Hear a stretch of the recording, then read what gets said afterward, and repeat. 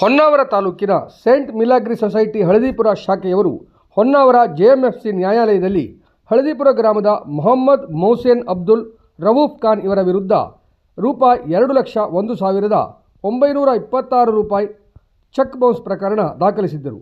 ಅದು ಹೊನ್ನಾವರ JMFC ನ್ಯಾಯಾಲಯದಲ್ಲಿ CC number 899/2023 ಅದರಂತೆ ದಾಖಲಿಸಿ ವಿಚಾರಣೆ ನಡೆದಿತ್ತು.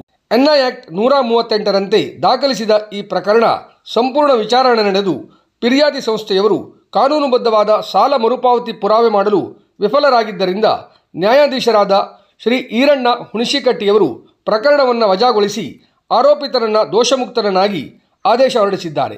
ಇದೇ ಸೇಂಟ್ ಮಿಲಾಗ್ರಿ ಸೊಸೈಟಿಯವರು ಈ ಹಿಂದೆ ಸೂಫಿಯಾನ್ ಅಬ್ದುಲ್ ರವೂಫ್ ಖಾನ್ ಅವರ ವಿರುದ್ಧ ಸಹ ಚೆಕ್ ಬೌನ್ಸ್ ಪ್ರಕರಣ ದಾಖಲಿಸಿದ್ದು, ಅದನ್ನು ಫಿರ್ಯಾದಿ ಸಂಸ್ಥೆಯವರು ಕಾನೂನುಬದ್ಧವಾಗಿ ಸಂಸ್ಥೆಗೆ ಬರಬೇಕಾದ ಹಣ ಎಂಬುದನ್ನು ಪುರಾವೆ ಮಾಡಲು ವಿಫಲರಾಗಿದ್ದರಿಂದ ಪ್ರಕರಣ ವಜಾಗೊಂಡಿರುತ್ತದೆ.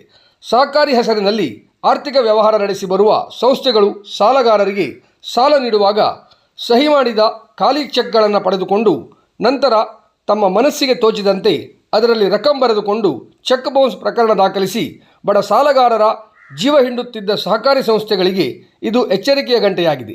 ಬಹುತೇಕ ಸಹಕಾರಿ ಸಂಸ್ಥೆಗಳು ಇಂದು ಕೇವಲ ಬಡ್ಡಿ ವಸೂಲಿಗೆ ಇಳಿದ ಸಂಸ್ಥೆಗಳಾಗಿದ್ದು ವಿಪರ್ಯಾಸವೇ ಸರಿ. ಈ ಎರಡೂ ಪ್ರಕರಣಗಳಲ್ಲಿ ಆರೋಪಿತರ ಪರವಾಗಿ ಖ್ಯಾತ ನ್ಯಾಯವಾದಿ ಸತೀಶ್ ಭಟ್ ಉಳಿಗೆರೆ ವಾದಿಸಿದ್ದರು.